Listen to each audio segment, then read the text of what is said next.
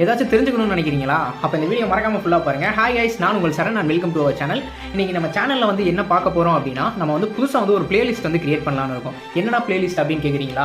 தமிழில் முதல் எழுத்து ஆ அண்ட் கடைசி எழுத்து இன் இருக்கக்கூடிய எல்லா சமைக்கக்கூடிய பொருளாக இருந்தாலும் சரி, சாப்பிட்ற பொருளாக இருந்தாலும் சரி, அதை டாப் டு பாட்டம் ஃபுல்லாக பார்க்க போகிறோம். அதை தான் வந்து நம்ம ஒரு பிளேலிஸ்ட்டை கிரியேட் பண்ண போகிறோம். பிளேலிஸ்ட்டில் இன்னைக்கு நம்ம ஃபர்ஸ்ட் பார்க்க போகிற வீடியோ வந்து என்னன்னு பார்த்தோம்னா, ஆளை என்ன பார்க்க போகிறோம் அப்படின்னா, அத்திப்பழம் பற்றி தான் பார்க்க போகிறோம். அத்திப்பழம் சாப்பிட்றதுனால நிறைய ஹெல்த் பெனிஃபிட்ஸ் இருக்குது.